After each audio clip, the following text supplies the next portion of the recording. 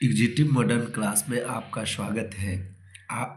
मैं आज बिहार बोर्ड के एग्ज़ाम के व्यू से मोस्ट वीवीआई क्वेश्चन लेकर आया हूं, जो एग्ज़ाम में लगभग इसी तरह के क्वेश्चन आपको देखने को मिलेगा। इससे लगभग 7-8 क्वेश्चन देखने को मिलेगा। चलिए क्लास स्टार्ट करते हैं। लता शब्द के तृतीया बहुवचन रूप कौन सा होगा? तो देखेंगे इसका आंसर लता भी होगा। लता शब्द रूप आप देख के जाएंगे निश्चित रूप से, इससे क्वेश्चन आने की संभावना है। साधु शब्द के सप्तमी एक वचन का रूप कौन होगा? साधु शब्द के एक वचन में होगा साधव, सप्तमी एक वचन में। अब देखिए, लब धातु का लट लकार प्रथम पुरुष एक वचन का रूप है, तो क्या है? तीसरा का हो जाएगा बी, लभ्यते। ठीक है। फिर कहता है गंगा शब्द के सप्तमी एक वचन का रूप है। सप्तमी एक वचन, तो देखेंगे 4 का सी हो जाएगा। आप इसको गंगा शब्द रूप, नदी शब्द रूप अगर ध्यान में रखते हैं तो लगभग आपका ये काम हो जाएगा। नदी शब्द रूप इस एग्जाम के लिए काफी इम्पोर्टेंट है। ठीक है।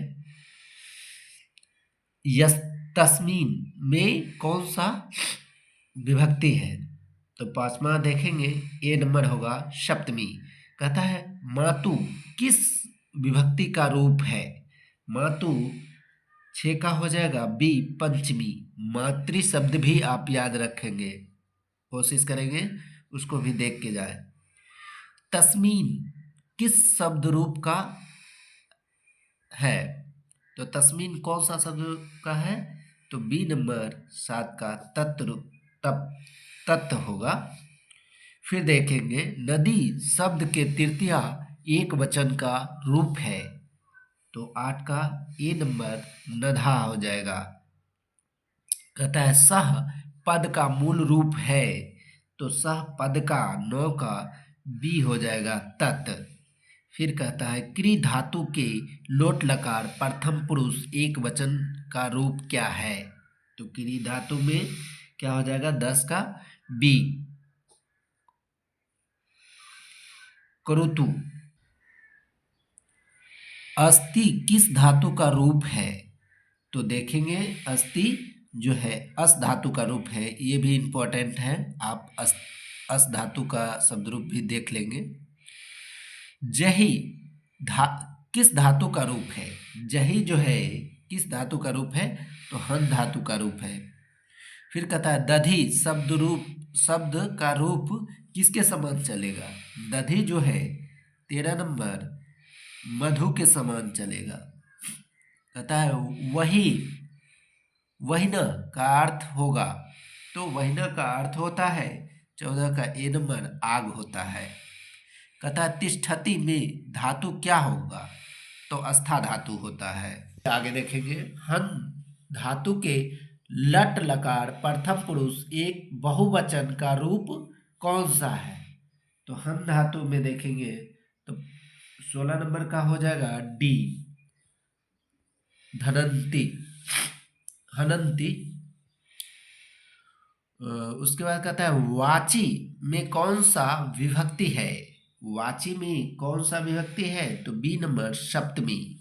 फिर कहता है गौशु किस शब्द का रूप है? तो गो शब्द रूप है।